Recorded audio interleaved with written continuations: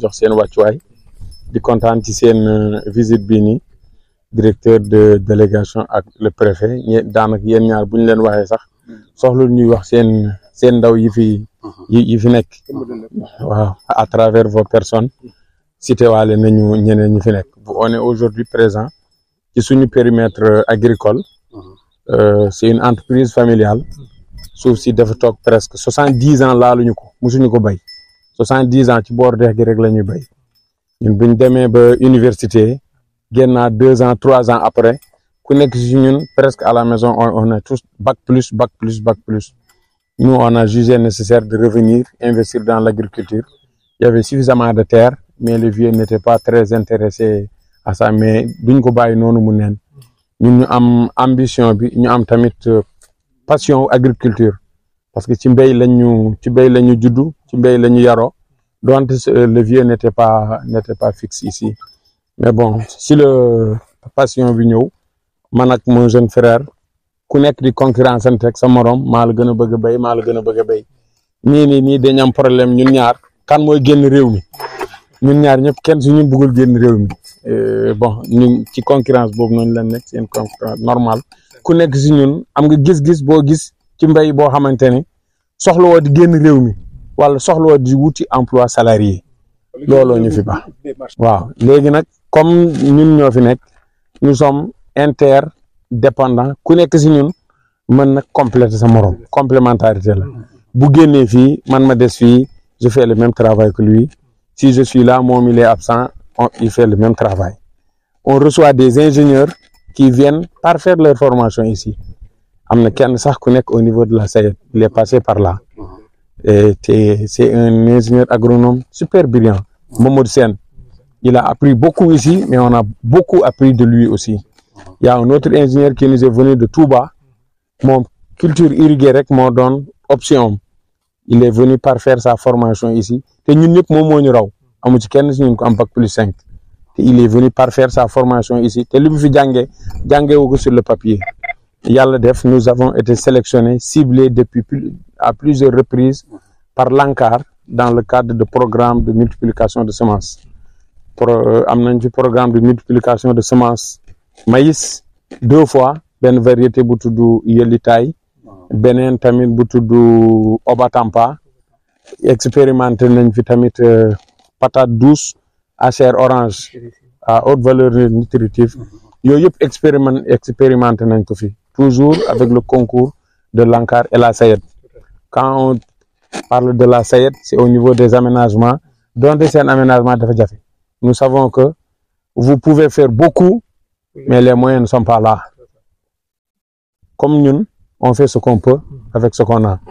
vous avec le peu que vous avez vous donnez 2 heures 3 heures 4 heures 5 heures de temps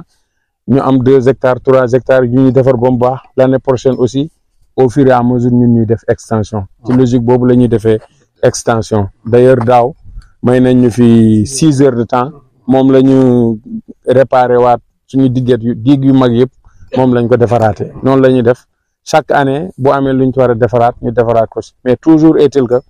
la passion est là les terres sont là fii ñu nekk nii c'est 22 hectares ñun li ñuy exploiter nii c'est presque 17 hectares te 17 hectares yi symbiose ak coordination wu spéculation yëpp lañ ci def boo xoolee c'est une ferme intégrée nag yi sax instant dañ dem ci jéeri ji parce qu'il y a pas suffisamment de fourrage mais lépp fii lañ koy defee le maïs da nga ko fiy fekk l'oignon da nga ko fiy fekk le blé da nga ko fiy fekk gombo da nga ko fiy fekk poivron da nga ko fiy fekk le riz da nga ko fiy fekk l'arachide da nga ko fiy fekk pour le fourrage yëpp lañ fiy def ñu fiy xëy rek ñu fi nekk fixe mooy les employés permanents c'est 6 sàmmkat bi si la bokk 6 ñoom fii la ñu xëy emploi temporaire yi nga xamante ni par 2 jours 3 jours cité na ko sànq am na fu ñu toll nous sommes juste à la 5e récolte c'est 8 femmes chaque 3 jours bu demee plus muy dem presque chaque récolte di nga ci yokk kenn chaque récolte di nga ci yokk kenn bu jaaree yoon avec l'entretien qu'il faut mën nañu dem ba nga xamante ni bu fii ak 8 mois ci récolte rek la ñuy nekk dañuy récolte rek te chaque récolte da nga yokk même bu dee benn nit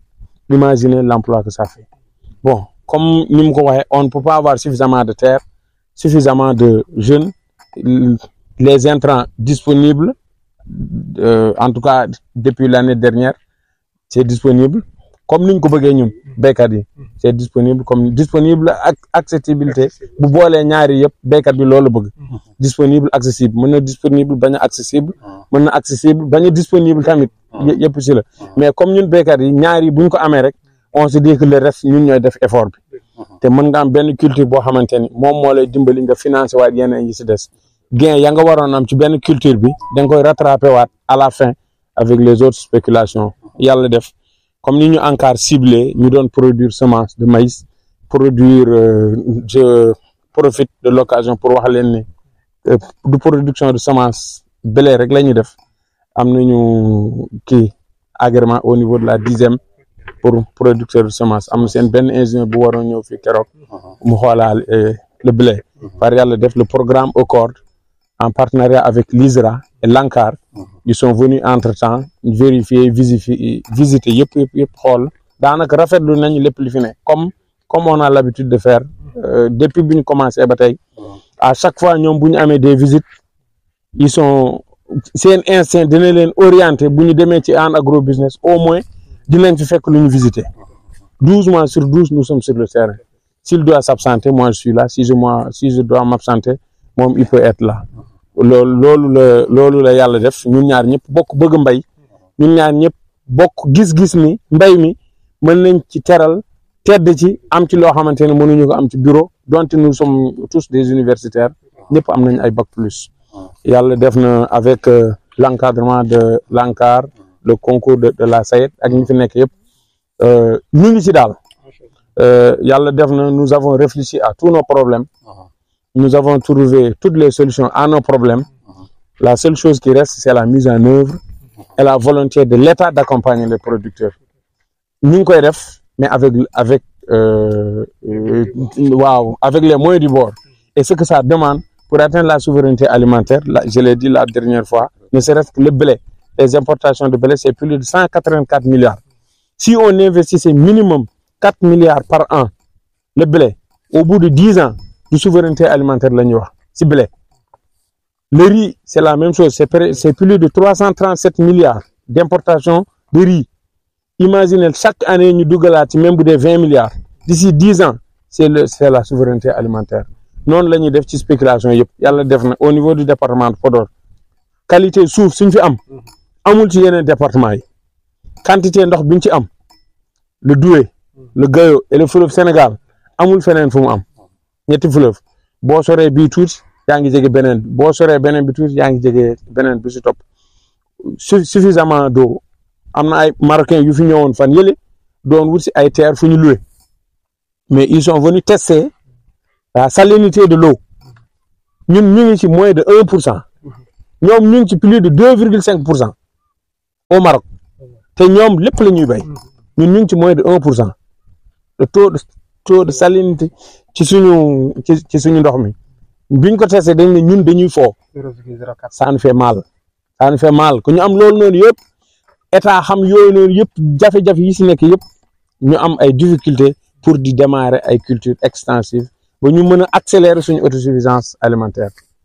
imagine ñun ñi fi nekk yëpp on n'a pas que 22 hectares on a plus de 22 hectares mais pour nga aménager c'est tout un problème tu es obligé d'aller petit à petit te non seulement day yéex mën nga dem ci diggante bi tu peux te décourager da ngay bëgg accélérer mais le rythme ne suit pas soit c'est la mécanisation qui fait défaut et je vais en profiter parce que l'année dernière ou en 2023 la commission départementale nous avait sélectionné à partir des recensements qu'ils ont eu nous avons été sélectionnés pour avoir une moissonneuse batteuse chenille mais avec l'abrogation de la loi nii lañ ko ñàkkee ñu amaat tamit possibilité concourir ak kii tracteur finalement nii lañ ko ñàkkee encore y a pas de xamuñu lu tax mais on sait que du suñu njiglaay rek mais on sait que si ce matériel là ñun buñ ko amee li ñuy réaliser du fii rek lay yem parce que du fii rek lañ am fii moo gën a jege suñu kër moo gën a jege dëkk bi mais leneen li ñu am de l'autre côté du fleuve entre ici et le fleuve Sénégal c'est presque 100 hectares te yooyu yëpp am nañu ambition aménager ko avec l'accompagnement de l'État surtout mais sans l'accompagnement de l'État on va faire ce qu'on peut avec ce qu'on a on va y aller au fur et à mesure petit à petit yaakaar naa loolu amoon loolu li ëppoon solo ci la ñu waroon wax fii déjà c'est 30 arts ci 100 écoles yi ñu sélectionné yëpp ñun ñooy les premiers à semer moo tax ñun ñoo njëkk yegg maturité lii ngeen gis ni dafa nekk ci maturité instant yii fu mu toll nii ak beneen parcelle boo xamante ne comme 100 écoles la on a dañu ne woon la période de semis c'est entre le 15 février non 15 novembre ak 15 décembre loolu période de semis ñun ñu poussaat encore ba génn 15 décembre bi béy mais on s'est rendu compte que tool bële taux de germination bi ak homogénéité bi moo ëpp solo sax bi ñu waxoon ne moom la du 15 novembre au 15 décembre kii ci talage bi tamit gis nañ ne yële ñoo ëpp tamit par rapport à yi parce que bee moo ëpp lu mu tombeek seddaay surtout fan yi le blé surtout c'est une culture boo xamante plus muy sedd cycle biir gën a gudd plus muy sedd cycle biir gën a gudd léegi comme bee moom moo gën a tombeek seddaay moo gën a gudd par rapport ak bii mi ngi ci 3 mois une semaine aujourd'hui bu dul woon li ñu am quelques plantes yu retard tuuti doon na fekk ñu récolter ba jublu ci beneen parcelle bi en tout cas on remercie les services techniques de l'État l'administration centrale yàlla def na man dama bëgg toujours man bu ma gisul administration territoriale sama tool du ma ci kontaan parce que mon frère fut administrateur civil de classe exceptionnelle oui de classe exceptionnelle bon loolu moo tax yàlla xiiriñ bu il a fait tout le Sénégal il a fait presque tout le Sénégal bon niveau du tool le plus important ils ont dit qu'ils sont bac plus et ils sont retournés vers la terre parce qu'ils connaissent les enjeux ils comprennent et aujourd'hui ils n'ont rien à envier à ceux qui ont un autre travail de bureau et autres là. Donc ça, c'est un message fort. Monsieur le reporter, vraiment, il faudra bien insister sur ça. Vraiment, pour que les jeunes comprennent que ici, nous avons la chance. Surtout l'exemple qu'il a donné avec les Marocains qui sont venus là. Ils ne sont pas les seuls. Hein? Quand j'ai vu le blé, immédiatement, ça m'a fait penser au CRD qui avait été tenu à Richard Toll. Il y a de cela 1 an et 2 ans, avec une équipe de Polonais et des investisseurs sénégalais qui voudraient promouvoir la culture du blé au niveau du département de Podor et également créer un système assez intéressant de copartenariat avec les producteurs locaux pour que nous xool des mécanismes innovants vraiment pour faire un partenariat gagnant-gagnant. Donc ce que nous avons ici montre tout nettement que c'est possible de cultiver le blé. Comme dirait on n'a même pas besoin de le dire, nous avons une qualité de l'eau extraordinaire confirmée par des partenaires qu'ils ont reçus. Donc si vous voyez effectivement que toutes les spéculations peuvent germer dans nos terroirs, ça veut dire qu'il y a un potentiel. Ce qui reste, c'est vraiment l'engagement, la volonté fortement exprimée par les jeunes pour aller vers cultiver la terre. L'accompagnement de l'État, vous l'avez dit, heureusement, donc cette année-ci quand même, vous l'avez senti fortement en termes d'accessibilité et également de capacité à profiter effectivement des subventions faites par l'État vraiment pour que les produits soient accessibles aux producteurs. Donc nous allons mentionner ça dans notre rapport. Et nul doute effectivement que les prochaines campagnes, effectivement, des efforts supplémentaires vont être faits, malgré que nous sommes dans un contexte économique assez spécial,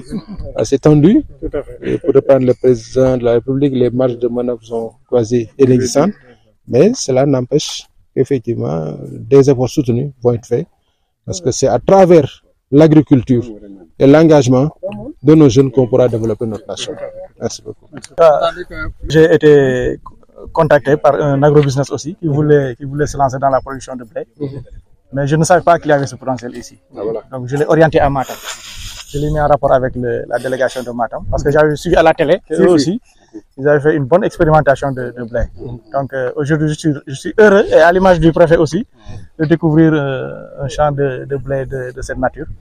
Et c'est à l'honneur de Anne Agrobusiness que nous encourageons, et je réitère ici l'engagement de la SAID à vous accompagner. Et je sais que le chef de secteur il est déjà sur ça. Donc nous allons vous accompagner. Il faudrait qu'on cultive les champions locaux. C'est ça. Je pense que vous êtes positionnés comme des champions locaux pour la vallée, en termes d'entrepreneuriat, en termes d'agro-business. Voilà, donc vous assurez de tout le soutien, en tout cas, de la délégation. Surtout qu'ils sont jeunes, hein?